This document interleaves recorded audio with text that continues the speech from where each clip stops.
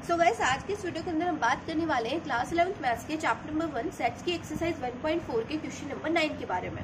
अब इससे पहले वाले जो क्वेश्चंस है वो मैंने आपको पहले वाली वीडियो में करवा दिए हैं। अगर वीडियो नहीं देखी तो जाइए भाई, डिस्क्रिप्शन बॉक्स में लिंक गिवन है प्लेलिस्ट का, आप वहां से चेकआउट कर सकते हो। तो चलिए शुरू करते हैं क्वेश्चन नंबर 9 से। तो स्क्रीन के ऊपर आपको क्वेश्चन दिख रहा होगा। हमारे पास यहाँ पे 4 सेट है, set A B C D। अब हमें बताना क्या है, हमें यहाँ पे बताना है A minus B. First part में हमें क्या करना है, A माइनस बी निकालना है। अब भाई A माइनस बी कैसे निकालेंगे, तो हमें क्या करना है, सेट A में से सेट B को माइनस कर देना है। अब सेट A में से सेट B को माइनस कैसे करेंगे दीदी, तो देखो सेट B के अंदर जितने भी एलिमेंट है, सेट B के अंदर जितने भी एलिमेंट है उनको हम क्या करेंगे, सेट A में से एलिमिनेट कर देंगे। अगर सेट B के एलिमेंट सेट A के अंदर भी हैं तो उनको हम A माइनस बी में नहीं लिखेंगे। बस जिसको जिसमें से माइनस करना है उसके एलिमेंट्स को नहीं लिखना है। जैसे कि मुझे B को माइनस करना है A में से, तो मैं B के जितने भी एलिमेंट है वो A माइनस बी में नहीं लिखूंगी। सिंपल सी बात है भाई। तो सेट A के सारे एलिमेंट्स लिख दो सेट B के एलिमेंट्स को छोड़ के। तो सेट A के बाकी के सारे एलिमेंट्स लिख दो। जैसे कि सेट B का कौन कौन सा एलिमेंट यहाँ पर है, सेट B के अंदर एलिमेंट्स है 4, 8, 12, 16, 20। अब 12 एक ऐसा एलिमेंट है जो सेट B का है और सेट A के अंदर भी है, तो हम यहाँ पे A माइनस बी में 12 को नहीं लिखेंगे। सिंपल सी बात है। यहाँ पर हमारे पास क्या आ जाएगा, 6, 3, 9, 15, 18 और 21। हो गया क्वेश्चन कंप्लीट। क्या करना था इसमें, कुछ नहीं करना था। अब बात कर लेते हैं सेकंड पार्ट की। अब जैसे जैसे हम पार्ट्स करते जाएंगे आपको अच्छे से क्लियर हो जाएगा। A माइनस सी। अब क्या करना है भाई, A में से C को माइनस करना है। तो C के अंदर जितने भी एलिमेंट्स हैं अगर वो A के अंदर प्रेजेंट हैं तो उनको हम A माइनस C के अंदर नहीं लिखेंगे। यानी कि सेट A के, ये फर्स्ट वाले सेट के सारे एलिमेंट्स लिख देंगे इस सेकंड वाले एलिमेंट्स को छोड़ करके। सेकंड वाले सेट के एलिमेंट्स को छोड़ करके फर्स्ट वाले सेट के सारे एलिमेंट्स लिख देने हैं। यहाँ पर हमारे पास क्या क्या आ जाएगा, यहाँ पे हो जाएगा 3, 9, 15, 18 और 21। सेट सी के अंदर क्या क्या था, 6 और 12 भी था जो कि सेट ए के अंदर भी प्रेजेंट था। तो हमने क्या करा, 6 और 12 को यहाँ पर एलिमिनेट कर दिया A माइनस सी में। A माइनस सी का मतलब क्या है, A में से C को एलिमिनेट कर रहे हैं, A में से C को माइनस कर रहे हैं। तो ऐसे ही मैंने क्या करा, सेट A के अंदर में से सेट C के एलिमेंट्स को माइनस कर दिया। सिंपल सी बात है, उनको नहीं लिखा, है ना। अब बात कर लेते हैं थर्ड वाले पार्ट की। हमें करना है A माइनस डी। तो सेट D के अंदर जो एलिमेंट्स है अगर वो सेट A के अंदर भी प्रेजेंट है तो उनको हम यहाँ पे नहीं लिखेंगे। हमारे पास आ जाएगा 3, 6, 9, 12, 18, 21। बहुत सिंपल टॉपिक है, आपको थोड़ा सा कॉन्सेप्ट पता होना चाहिए, आप आराम से कर लोगे, ठीक है। और कॉन्सेप्ट वाली वीडियो देख लेना इस चैप्टर को करने से पहले, नहीं तो ये चैप्टर बिल्कुल समझ में नहीं आएगा। अब बात कर लेते हैं फोर्थ वाले की। यहाँ पे मुझे करना है B माइनस में A। तो सेट B के अंदर जितने भी एलिमेंट्स हैं, देखो सेट B के अंदर क्या क्या है पहले मैं आपको बता देती हूँ, आपको ऐसे नहीं आएगा नहीं तो समझ में। 12, 16 और 20 ये सेट B है। सेट A क्या है, 3, 6, 9, 12, 15, 18 और 21, यही है ना। अब देखो मुझे क्या करना है, B में से A को माइनस करना है। तो देखो यहाँ पे सेट A के अंदर कौन सा ऐसा एलिमेंट है जो सेट B के अंदर भी प्रेजेंट है, देखो फटाफट से। तो 12 एक ऐसा एलिमेंट है जो सेट B के अंदर भी प्रेजेंट है। तो जब मैं B माइनस A करूंगी ना तो मैं B के सारे एलिमेंट्स लिख दूंगी सिवाय 12 के। तो 12 में यहाँ पे नहीं लिखूंगी, मेरे पास आ जाएगा 4, 8, 16 और 20। हो गया क्वेश्चन कंप्लीट, बस इतना सा करना था।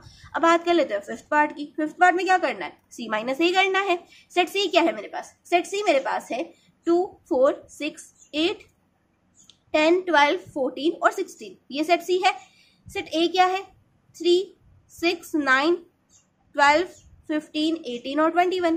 अब हम क्या करेंगे ना, देखो सेट A के अंदर जितने भी एलिमेंट्स हैं अगर वो सेट B के अंदर सेट C के अंदर भी प्रेजेंट है तो उनको नहीं लिखेंगे। तो सेट A के अंदर कौन सा एलिमेंट है जो सेट C के अंदर भी है, एक तो है 6, एक है 12। तो हम सेट C माइनस A में इनको नहीं लिखेंगे। हमारे पास आ जाएगा 2, 4, 8, 10, 14, 16, C माइनस A, ये आ गया आपके पास। अब 6 वाला क्वेश्चन कर लेते हैं। तो 6 वाला पार्ट क्या है हमारे पास, D माइनस A करना है। तो सेट A के अंदर जितने भी एलिमेंट है अगर वो सेट D के अंदर भी प्रेजेंट है तो उनको हम नहीं लिखेंगे, बाकी D के सारे एलिमेंट्स लिख देंगे। तो यहाँ पे हमारे पास आ जाएगा 5, 10 और 20। अब बात कर लेते हैं सेवंथ वाले क्वेश्चन की। सेवंथ वाले क्वेश्चन में क्या हो जाएगा, B माइनस C करेंगे। तो देखो B माइनस C करने पर C के सारे एलिमेंट्स जो है B के अंदर प्रेजेंट है सिवाय एक एलिमेंट को छोड़ के जो कि है 20, तो वो हमारा B माइनस C हो जाएगा। बात करते हैं 8th क्वेश्चन की। 8th क्वेश्चन में क्या है, B माइनस D करना है भाई। तो सेट D के जितने भी एलिमेंट है अगर वो सेट B के अंदर भी प्रेजेंट है तो हम उनको नहीं लिखेंगे, बाकी के सारे एलिमेंट्स हम यहाँ पे लिख देंगे। सेट B के सारे एलिमेंट्स हम यहाँ पे लिख देंगे। हमारे पास आ जाएगा 4, 8, 12 और 16। अब बात करते हैं 9th क्वेश्चन की। C माइनस B करना है। तो C माइनस B क्या हो जाएगा, हमारे पास हो जाएगा 2, 6, 10, 14। अगर आपको कोई भी डाउट आता है तो आप मुझे कमेंट सेक्शन में पूछ सकते हैं, ठीक है। मुझको नहीं लगता आपको यहाँ पे कोई डाउट आ रहा होगा क्योंकि बहुत सिंपल टॉपिक है। D माइनस बी करना है तो सेट बी के अंदर जितने भी एलिमेंट्स हैं अगर वो सेट डी के अंदर प्रेजेंट है तो उनको हम यहाँ पे नहीं लिखेंगे, सेट डी के सारे एलिमेंट्स यहाँ पे लिख दो सिवाय सेट बी के एलिमेंट्स को छोड़ के। तो यहाँ पे हमारे पास आ जाएगा 5, 10 और 15। 11th वाला क्वेश्चन C माइनस डी करना है तो C माइनस डी क्या हो जाएगा आपका 2, 4, 6, 8, 12, 14 एंड 16। C माइनस डी हो गया। क्वेश्चन नंबर 12 करते हैं। क्वेश्चन नंबर 12 हमें क्या करना है, D माइनस सी करना है। तो D माइनस सी करेंगे तो क्या आएगा हमारे पास आ जाएगा 5, 15 और 20। तो यहाँ पे आपका क्वेश्चन नंबर 9 कंप्लीट होता है। बात कर लेते हैं क्वेश्चन नंबर 10 की। तो क्वेश्चन नंबर 10 में भी हमें जो है एक्स वाई सेट गिवन है। सेट एक्स के अंदर एलिमेंट्स हैं A, B, C, D और सेट वाई के अंदर एलिमेंट्स हैं F, B, D, Z। हमें फाइंड करना है फर्स्ट पार्ट में x माइनस में y, x में से y को माइनस करना है। तो कर दो भाई, x में से y को माइनस करना है। तो y के अंदर जितने भी एलिमेंट हैं अगर वो x के अंदर प्रेजेंट है तो उनको हम यहाँ पे नहीं लिखेंगे। तो देखो सेट x के सारे एलिमेंट्स लिख दो सिवाय y के एलिमेंट्स को छोड़ के। हमारे पास यहाँ पे आ जाएगा A, B यहाँ पे भी प्रेजेंट है, यहाँ पे प्रेजेंट है तो B को नहीं लिखेंगे, हमारे पास आ जाएगा C। अब D यहाँ पे प्रेजेंट है और यहाँ पे प्रेजेंट है तो D को भी नहीं लिखेंगे। तो x माइनस वाई हमारे पास आ जाएगा A, C। हो गया first part complete. Second part में हमें करना है y माइनस में x, y में से x को माइनस करना है। तो x के अंदर जितने भी एलिमेंट है अगर वो y के अंदर प्रेजेंट है तो उनको नहीं लिखेंगे, y के सारे एलिमेंट्स को यहाँ पर लिख देंगे। तो जो सेट आपका सामने होता है ना उसके सारे एलिमेंट्स हम लिख देते हैं और उसके पीछे जो सेट होता है ना उसके एलिमेंट्स को हम यहाँ पे नहीं लिखते, ये याद रखना है। तो देखो अब यहाँ पर हमारे पास सेट y है।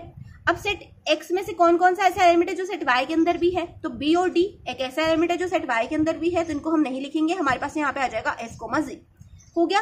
अब थर्ड पार्ट करते हैं। थर्ड पार्ट में मुझे क्या करना है, मुझे निकालना है x इंटरसेक्शन y। अब इंटरसेक्शन का मतलब क्या होता है, ऐसे एलिमेंट्स जो दोनों ही सेट के अंदर प्रेजेंट हो। तो कौन कौन से ऐसे एलिमेंट है जो दोनों ही सेट के अंदर प्रेजेंट है, b, d भाई, b यहाँ पे भी है, यहाँ पे भी है, d यहाँ पे भी है, यहाँ पे भी है। तो ये हो जाएगा आपका x इंटरसेक्शन y। हो गया कंप्लीट। अब बात कर लेते हैं फोर्थ क्वेश्चन की। सॉरी फोर्थ क्वेश्चन है ही नहीं, तो यहाँ पर आपका क्वेश्चन नंबर 10 कंप्लीट। अब बात करेंगे क्वेश्चन नंबर 11 की। तो क्वेश्चन नंबर 11 आपको स्क्रीन के ऊपर दिख रहा होगा। हमसे क्या बोला है, if r is the set of real numbers and q is the set of rational number then what is the r minus q। हमें बोला गया है कि आपका r क्या है, सेट ऑफ रियल नंबर है। क्या है, सेट ऑफ रियल नंबर है। और हमें बोला गया है कि q क्या है, सेट ऑफ रेशनल नंबर है। q क्या है आपका, सेट ऑफ रेशनल नंबर है। तो r माइनस क्यू क्या होगा, r में से अगर मैं q को माइनस कर दूं तो क्या होगा। तो मैंने आपको एक बार कॉन्सेप्ट में बताया था कि जो रियल नंबर होते हैं ना, ये क्या होते हैं, ये होते हैं rational plus irrational. Rational number plus irrational number मिलकर के बनाते हैं रियल नंबर, है ना, मैंने कहा था आपसे। अब मैं क्या करूं, अगर इस रेशनल नंबर को इस साइड ले आऊं तो ये क्या हो जाएगा, r माइनस में r हो जाएगा। अब यहाँ पे r किसको डिनोट कर रहा है, रेशनल नंबर को डिनोट कर रहा है, और यहाँ पे q डिनोट कर रहा है रेशनल नंबर को। तो इसको आप पढ़ लो q। तो r minus Q is equal to क्या हो गया, हमारे पास हो गया इरेशनल नंबर। हो गया कि नहीं हो गया। तो यहाँ पर अगर मैं r माइनस क्यू करती हूँ, अगर मैं रियल नंबर्स में से रेशनल नंबर माइनस करती हूँ तो मेरे पास क्या आएगा, सेट ऑफ इरेशनल नंबर आएगा। आएगा कि नहीं आएगा, बिल्कुल आएगा दीदी। यहाँ पर हम लिख देंगे सेट ऑफ इरेशनल नंबर। हो गया भाई क्वेश्चन नंबर 11 कंप्लीट। आगे बात समझ में, हमें क्या करना था, हमें r माइनस क्यू करना था, सेट ऑफ रियल नंबर में से set of rational number minus करना था। तो जब हम करेंगे तो क्या आएगा, सेट ऑफ इरेशनल नंबर आएगा। तो क्वेश्चन नंबर 11 कंप्लीट। अब बात कर लेते हैं क्वेश्चन नंबर 12 की। तो क्वेश्चन नंबर 12 आपको स्क्रीन के ऊपर दिख रहा होगा। हमें बोला गया है state whether each of the following statements is true और फॉल्स, जस्टिफाई योर आंसर। तो भाई हमें यहाँ पे क्या करना है, हमें ट्रू और फॉल्स लगाना है, बताना है कि कौन सी स्टेटमेंट ट्रू है, कौन सी फॉल्स है। तो फर्स्ट पार्ट देखो, यहाँ पे हमें बोला गया है 2, 3, 4, 5 एंड 3, 6 आर डिसजॉइंट सेट। अब बताओ भाई ये डिसजॉइंट सेट है कि नहीं है। तो डिसजॉइंट सेट किसे बोलते हैं, जहां पर दोनों सेट के अंदर कुछ भी कॉमन हो, सॉरी कुछ भी कॉमन ना हो, मतलब कि उनका इंटरसेक्शन क्या हो, 5 हो, तो उसे बोलते हैं डिसजॉइंट सेट। लेकिन यहाँ पर ये जो दोनों सेट मुझे दिख रहे हैं ना, इनमें क्या कॉमन है, इनमें 3 कॉमन है कि नहीं है। फर्स्ट सेट के अंदर भी 3 है, सेकंड सेट के अंदर भी 3 है, यानी कि इनका इंटरसेक्शन क्या होगा, 3 होगा। इसका मतलब क्या है, इनका इंटरसेक्शन 5 तो नहीं हुआ। 5 का मतलब होता है कि उसके इंटरसेक्शन में कुछ भी ना हो, लेकिन यहाँ पे तो 3 है, तो हम बोल देंगे कि ये डिसजॉइंट सेट नहीं है, यानी कि स्टेटमेंट आपकी फॉल्स है। उसने बोला कि ये डिसजॉइंट सेट है, लेकिन हमें पता है कि ये नहीं है। तो फर्स्ट पार्ट कंप्लीट।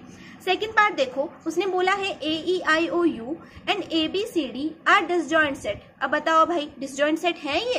तो देखो AEIOU, दूसरा सेट है हमारे पास ABCD, तो A और A दोनों में कॉमन है, यानी कि इनका इंटरसेक्शन क्या होगा? A होगा। और हमें पता है कि डिसजॉइंट सेट में इंटरसेक्शन क्या होता है? 5 होता है।